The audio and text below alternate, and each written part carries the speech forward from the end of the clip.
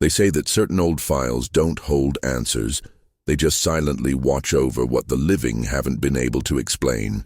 And it was in this kind of silence, as vast as the winters of the far north, that the researcher found the set of documents that would give rise to what is now informally called by local scholars the case of the Crowfell Sisters. Before turning the first page, he left a small note in the corner of the manuscript, direct, almost distracted but still human. Comment on which city you are watching and what time it is there right now. None of the later chroniclers dared to remove this phrase, perhaps because it reminded them of something fundamental.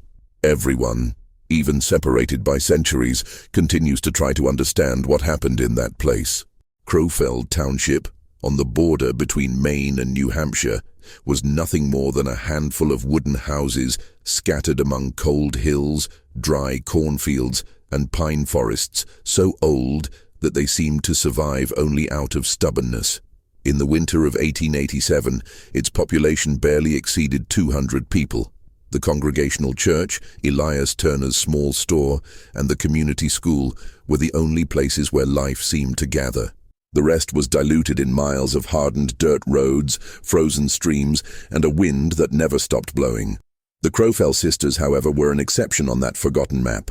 17-year-old Marjorie had a reputation for being overly observant, not in a negative sense, but in a quiet way. She was the kind of young woman who noticed what no one else saw, who noticed how a door creaked differently after the first snowfall, or how the light of dawn changed color as the month progressed. 15-year-old Eleanor was the opposite. She spoke little, but her actions were firm. She had a focused way of walking, as if she were always carrying out an urgent task. To the locals, the two were just Atticus Crowfell's girls, a respected farmer who worked with lumber and mixed crops. The family home was a simple two-story Victorian building with dark shingles and a large attic overlooking the east. There, according to later reports, Marjorie used to write her daily notes, recording changes in the weather, people's behavior, and even the patterns of migratory birds. None of this attracted attention at the time. They were just the hobbies of teenagers living in a community where silence was part of the routine. Until one day, something changed in the records. The documents found by the researcher show that, from the end of November 1887, Marjorie's notes began to take on a different tone. Shorter, more urgent, loose phrases, as if she were trying to record something too quickly to formulate completely. Some passages appeared to be crossed out. Others were written in slanted handwriting, as if the hand holding the pencil were shaking or being pressed by the cold. And there's more. According to Elias Turner's store, the Crowfell family began buying candles in unusual quantities in early December. Neighbors reported years later that they had seen light in the attic late at night, something that never happened. Others claimed to hear footsteps above the ceiling, soft, repeated, almost rhythmic footsteps, always near dawn when the light had not yet touched the valley. But nothing was concrete. Everything was still in the realm of commentary, fragments, minor details that only gain meaning when you know the outcome. And at that point, no one knew. In the last 3 days before the disappearance, however, the records show something precise. Marjorie made 3 successive notes, all at approximately the same time, between 4 and 5 in the morning, each shorter than the previous one. December 12th, the attic seems to breathe. December 13th, we are not alone. December 14th, tomorrow we will try to understand. That last sentence ends with a broken pencil tip, leaving a strong mark on the paper, as if it had been abruptly interrupted. And it was precisely this fragment, this mark, that led the researcher to continue, page after page, until he realized that he was facing what was perhaps the strangest, quietest, and most painfully human case in the history of that small community. Because, the day after that last note, the Crowfell sisters disappeared, without a trace, without explanation, without return. What remains, however, and what you're about to hear, is the most faithful reconstruction possible of those days. Based on testimonies collected decades later, yellowed pages, incomplete reports, and memories that survive only because someone insisted on keeping them. But what happened on that cold morning of December 15th, 1887, began long before that. It began in routine, in small repetitions, in what seemed normal, until it ceased to be. And that is exactly where we enter the next chapter of this reconstructed file. In the old archives of Crowfell Township, what is most surprising is not the absence of answers, but the intensity with which ordinary life seems to have mingled with mystery, as if every detail of the Crowfell Sisters' routine was slowly preparing the ground for what was to come. Testimonies collected decades later show that nothing in the weeks leading up to the disappearance seemed threatening at first glance. And perhaps that is why everything went unnoticed. The Crowfell family lived a simple life, supported by farm work and orders for wood that Atticus sawed in the barn at the back of the property. Their mother, Hannah, was described as a reserved woman with an almost rigid sense of discipline, but deeply devoted to her daughters. Marjorie helped with the farm's accounting, recording expenses and sales in a black hardcover notebook, while Eleanor took care of the chicken coop, the vegetable garden, and the clothes that needed to be sewn. The lives of the two sisters, despite their different temperaments, were easily intertwined. Everyone in the neighborhood remembered them walking together down the main road to the community school. Marjorie with her notebooks always neatly aligned, Eleanor carrying a cloth bag sewn by her mother. Both crossed the same stretch of woods every morning, stepping on the fresh snow that accumulated in December. Nothing there betrayed any unease, at least not at that time, but subtle clues emerge when one observes carefully. The schoolteacher, Mrs. Dolores Whitcomb, stated years later that Marjorie seemed distracted that month, less talkative, more reserved. Sometimes she would turn her head as if she had heard something outside the classroom. In one of the last weeks before her disappearance, she even found the young girl standing in front of the window, looking at the woods in the distance, as if waiting for something. When asked what she was looking at, Marjorie replied only, "The light is different this year." The teacher did not understand. No one understood. Eleanor, for her part, had changed her routine even more quietly. She was usually the first to go downstairs to light the stove in the morning, but in the 2 weeks before her disappearance, she began to take longer to leave her room. Her mother, concerned, asked if she was sleeping poorly, and the young woman replied only, "It's the wind. It wakes me up early." The details seemed trivial to the family, but Hannah herself confirmed years later that the wind in that region was not strong enough to shake walls, let alone wake someone up every day. And then there was the attic. The highest space in the house had always been used to store old boxes, tools, and fabric baskets. It was not a comfortable place. It had loose tiles, smelled of damp wood, and had a single narrow window that let in the pale morning light. Even so, it was where Marjorie liked to write. However, something changed that winter. Neighbors reported seeing the two sisters climbing the attic stairs together at dawn on at least 3 occasions, as if they were investigating something there.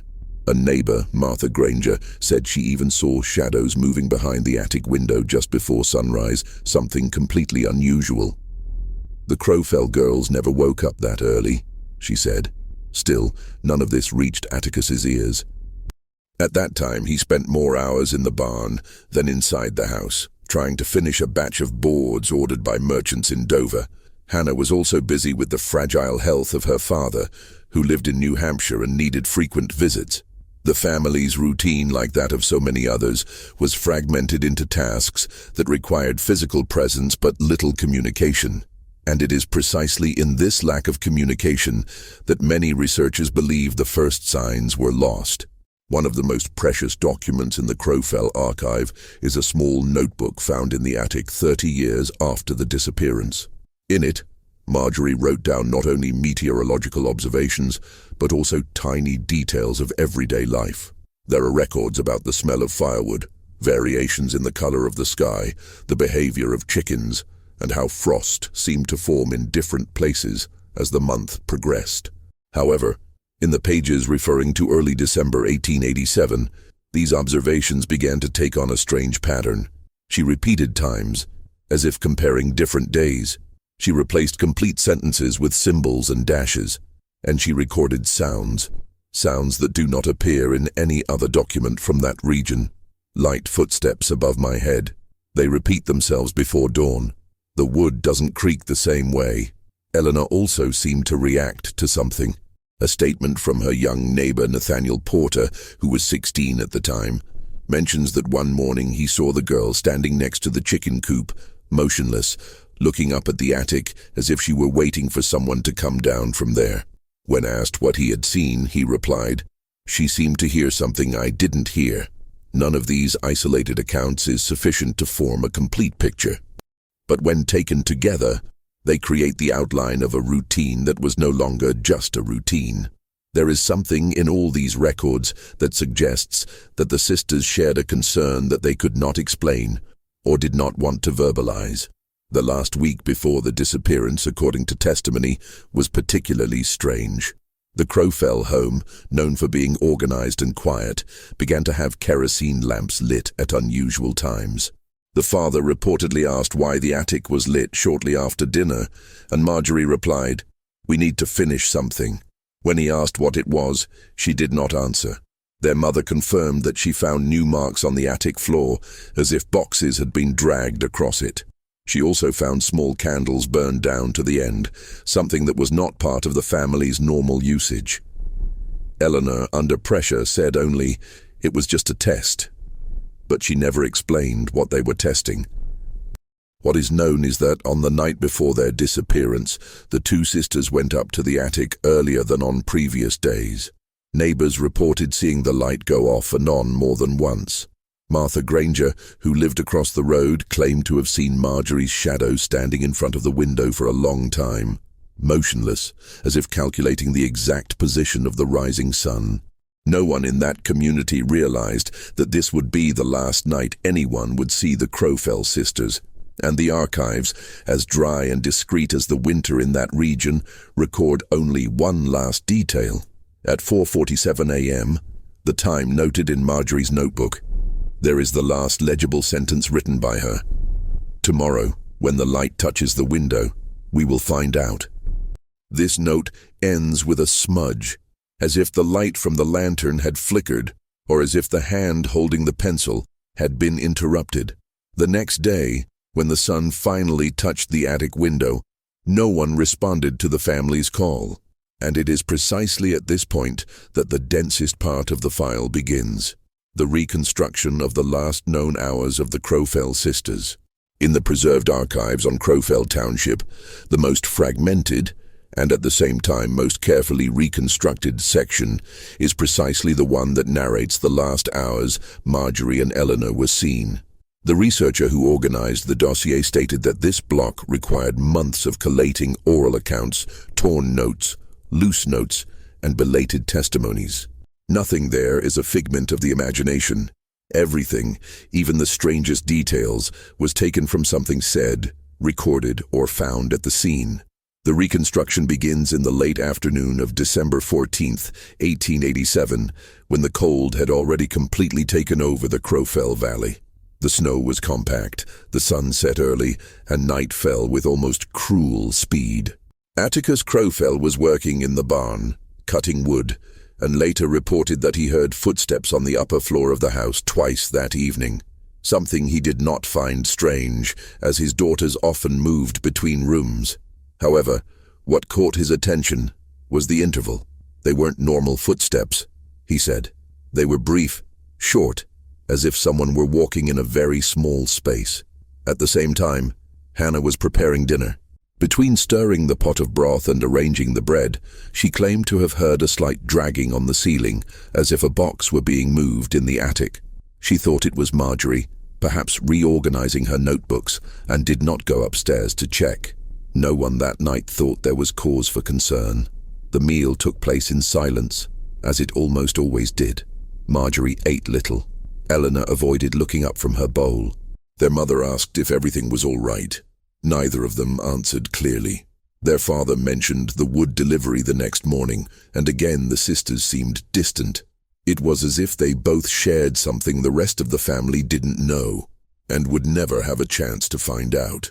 After dinner, Marjorie gathered her notebooks and went up to the attic earlier than usual. Eleanor took a while to follow her. According to Hannah, the young woman stood in the hallway for a few seconds, looking at the closed attic door, taking a deep breath as if preparing for a difficult task. Only then did she go up. At 9:30 in the evening, the light from the lantern was still visible through the upper crack in the attic door. Atticus saw it when he closed the front door to go to the barn, and thought to himself that his daughters were studying some nonsense. But when he returned an hour later, the light was no longer there. Still, there was a strange glow in the window, not intense but continuous, as if something were reflecting the moonlight inside the room. Around midnight, the wind picked up. A cold draft blew through the cracks in the house. Hannah, who was a light sleeper, woke up and heard a faint, repeated noise coming from above. 3 taps, a pause, 3 taps, another pause, as if someone had picked up and replaced a small object on the floor. She thought about going upstairs, but decided it was probably just the wood creaking in the cold. From this point on, the reconstruction relies heavily on the testimony of neighbors who were awake in the early hours of the morning, especially Martha Granger, who used to get up early to feed the cows. In her account, Martha states that she went out into the yard at 4:20 a.m. The sky was almost black, but there was a pale strip of light near the horizon. As she filled the feed bucket, she glanced at the Crowfell house out of habit and saw Marjorie's silhouette in the attic, standing directly in front of the window, just as she had reported days before. Only this time, something seemed different. The shadow was too still, she reported, as if she weren't looking at the valley, but waiting for the light to reach her. Martha said she turned to get the second bag of feed, and when she looked again, the silhouette was no longer there. At the same time, Atticus woke up to the sound of creaking floorboards in the hallway. He was sure they were light, quick steps, Eleanor's. When he opened the bedroom door, however, the hallway was empty. He walked to the attic stairs, put his hand on the rope that served as a handrail, and called softly for his daughters. There was no answer. He lit a lamp, but decided not to go upstairs at that moment. He told himself that perhaps they were sleeping upstairs, something rare, but not worrisome. 4:47 a.m. This time appears in 2 different sources, in Marjorie's notebook and in the account of Nathaniel Porter, the neighbor who was lighting the iron stove in his house at that moment.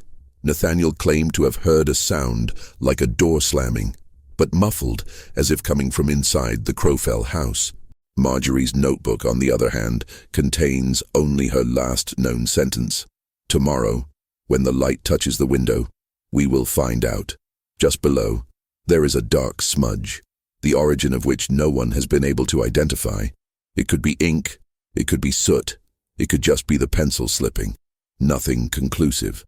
5 minutes later, according to Martha Granger, the light of dawn began to form. A thin, yellowish line touched the frozen snow and advanced toward the houses. And then what is, to this day, the central point of controversy occurs. The researcher found 3 independent statements that mention the same thing.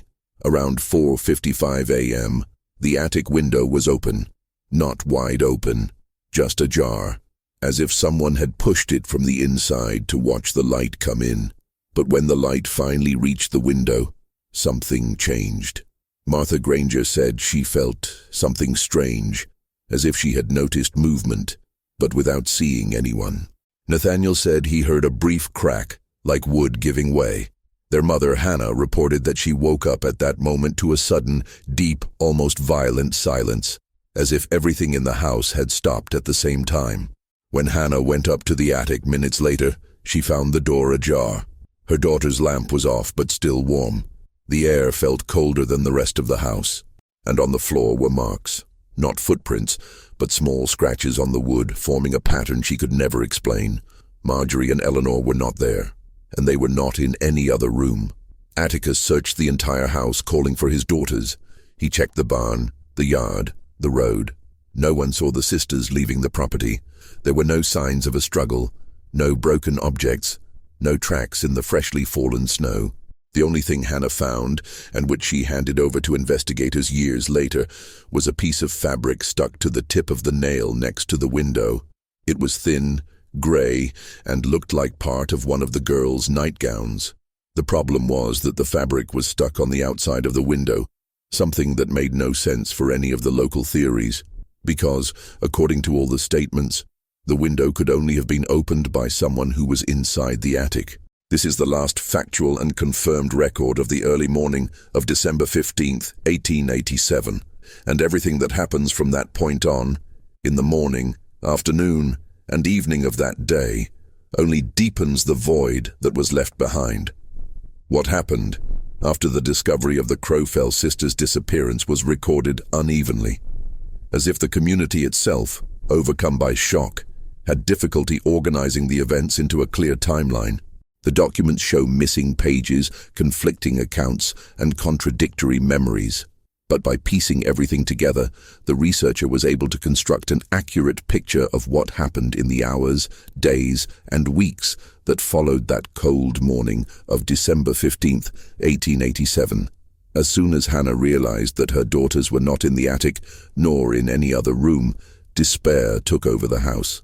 Atticus, pale as if he had lost his breath, went out into the street calling the girls' names. The freshly fallen snow was thin, with no signs of footprints. The absence of tracks, according to him, was what caused the first terrible realization. As he described years later, no one had been there. No one had gone up. No one had come down. They were simply gone. The news spread quickly through Crowfell Township. In less than an hour, neighbors began arriving at the property.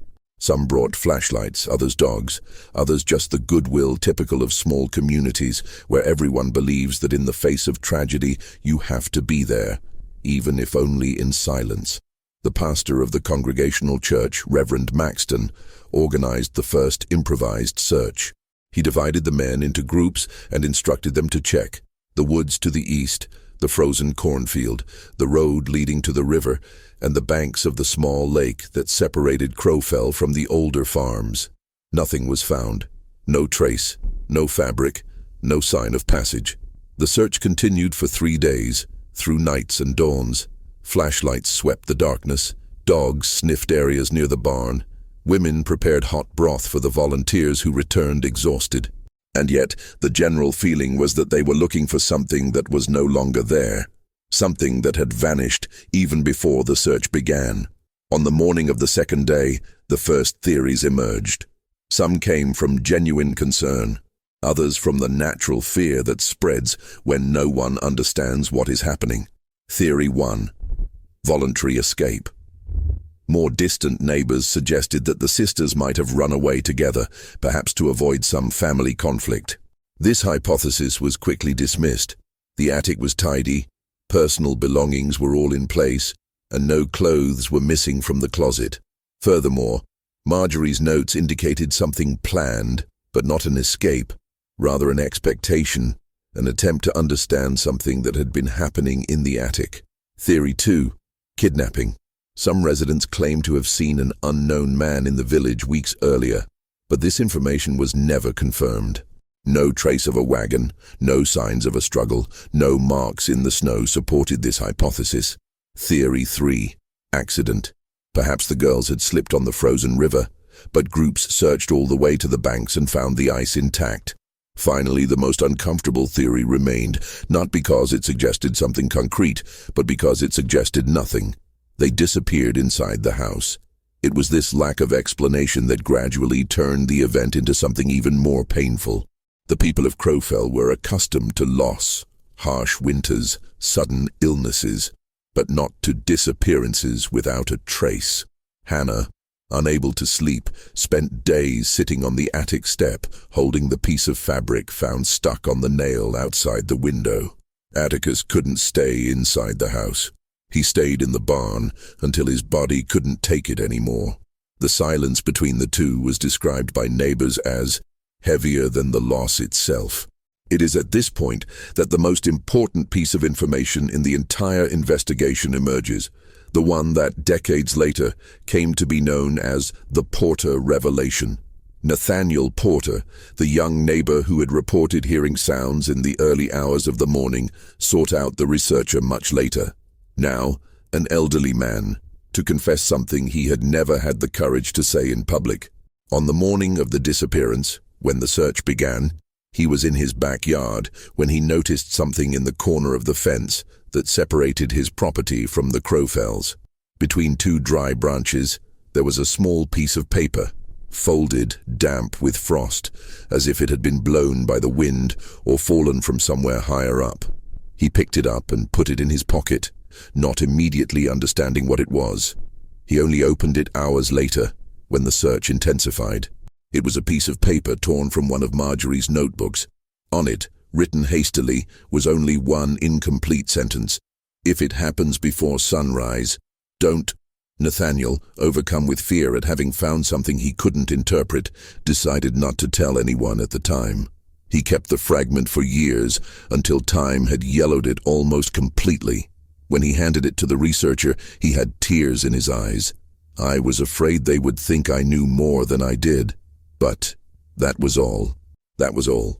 This new information does not explain the disappearance, but it points to something that until then, no one had considered. The sisters were waiting for something to happen, and they knew it would happen before dawn. The fragment, though short, completely transformed the interpretation of the files. For the first time, it became clear that the sisters were not surprised. They were not taken. They were not unprepared. They were waiting. They were waiting for something they had been watching for days. Something connected to the attic. Something connected to the light of dawn. Something Marjorie tried to record but was unable to complete. And it was precisely this silent expectation that led the community into a state of permanent unease. Some residents began to avoid looking at the house at sunrise. Others left lamps burning throughout the night, as if they feared the same fate. And, little by little, the case of the Crowfell sisters ceased to be a family tragedy and became a sensitive point in the collective memory of Crowfell Township. The last official record of the period is a report written by Reverend Maxton himself. He, who had accompanied the family since the beginning of the search, ended his document with a sentence that seems to carry the weight of what no one was able to explain. "Their absence is not only in what we did not find, but in what, somehow, they knew we would see too late." This reflection forever marked the interpretation of the case, and paved the way for a more poetic, sadder, and more human reading that would emerge decades later, when the researcher returned to the site and wrote the epilogue you are about to hear. And it is precisely in this return, in an attempt to revisit what remains, that the story rediscovers its deepest silence. Returning to Crowfell Township after so many decades is like passing through a place that remembers you, even if you never lived there. The researcher wrote this on the first page of his final report. A simple sentence, but one that conveys the exact feeling of traveling those same frozen roads where, a century earlier, Marjorie and Eleanor walked for the last time. Many of the houses from that era no longer exist. Others remain, their roofs worn, their hinges rusted, but still standing. Silent witnesses to a past that no one has been able to translate. The Congregational Church was restored in the 1950s. Elias Turner's warehouse became an abandoned storage facility, boarded up. And the old Crowfell house. That remains structurally intact, though emptied of everything a home should have. Upon entering it, the researcher describes a silence that seems different from ordinary silence. It is not the silence of the absence of sound. It is the silence of what is missing, of what did not return, of what did not continue. It is as if the whole house had stopped at the exact moment Marjorie and Eleanor ceased to exist inside it. The attic, in particular, holds this kind of silence. The wood creaks underfoot. The air is colder than the rest of the house. A narrow window allows in a pale light that always seems the same, regardless of the season. And next to the eaves, the nail where Hannah found the piece of gray fabric still remains. Nothing else remains there. No boxes, no notebooks, no candles, just emptiness. The researcher reports that he stood in front of that window for a few minutes, trying to imagine what the two sisters saw on that last dawn. Not in a mystical sense. Nothing in their writings points to supernatural interpretations. What he tries to reconstruct is the human sensation. What goes through the minds of two young women when they realize they are facing something they cannot explain, but still want to understand. Marjorie, with her notebooks full of minute observations. Eleanor, always steady, always silent, both waiting for something, not out of fear, but out of necessity. It is this need that remains the greatest enigma of the case. The files do not suggest despair. There are no farewell letters, no signs of conflict. There are no requests for help, no hidden messages, just fragmented notes about light, about sounds, about schedules. What were they trying to understand? What did they think they would find there, minutes before dawn? The researcher also revisits the frozen lake, the main road, the woods where so many volunteers walked without finding a single trace. He describes the landscape with a care that seems to come from someone who understands the fragility of what he is trying to reconstruct. In winter, the trees of Crowfell remain motionless, as if they hold the memory of everything they have witnessed. In summer, the wind makes the old cornfield sway like pages trying to turn, but always returning to the same line. In the final document, there is a particularly powerful passage. He writes, "The case of the Crowfell sisters is not the story of what happened, but of what was left unsaid. Every investigation, no matter how thorough, reaches a point where the facts stop, and that is where the interrupted lives begin." He also mentions Hannah and Atticus, who grew old without any clue that would give them peace. Their father died believing that his daughters would return. Their mother, years before she passed away, still left a lamp on in the window every December morning, as if the light could serve as a return for those who could not find their way back. The researcher notes that Crowfell Township never completely forgot the case. In the most private conversations, it still comes up, not as a legend, not as a warning, but as a kind of collective scar, a reminder of what can happen when silence advances faster than understanding. The fragment found by Nathaniel Porter remains the most intriguing piece in the archive. He kept it in a small box, wrapped in cloth, until the end of his life. When he handed it over, he said only, "I didn't know what it meant. Today, I don't think anyone knows." The researcher tries to reflect on this in his report. He writes, "Certain events cannot be explained. They just exist. They remain. They become part of the ground we walk on, the windows we open, and the early mornings we hesitate to face. The disappearance of the Crowfell sisters is one such event, not because of the absence of answers, but because of the insistent presence of questions." This sentence sums up what remains, because in the end, the case leaves no solid theories. It leaves no conclusions. It leaves only the uncomfortable feeling that two young women in different ways perceived something that no one else perceived, and followed that feeling to the limits of their understanding. In the last paragraph, before closing the file, the researcher writes something that is not intended to be a solution, an explanation, or relief. It is just a whisper of what he believes he has understood after so many years of looking at the same yellowed pages. When the morning light touches certain windows, there are stories that simply remain behind. And it is at this point, in this silent line, that the story ends.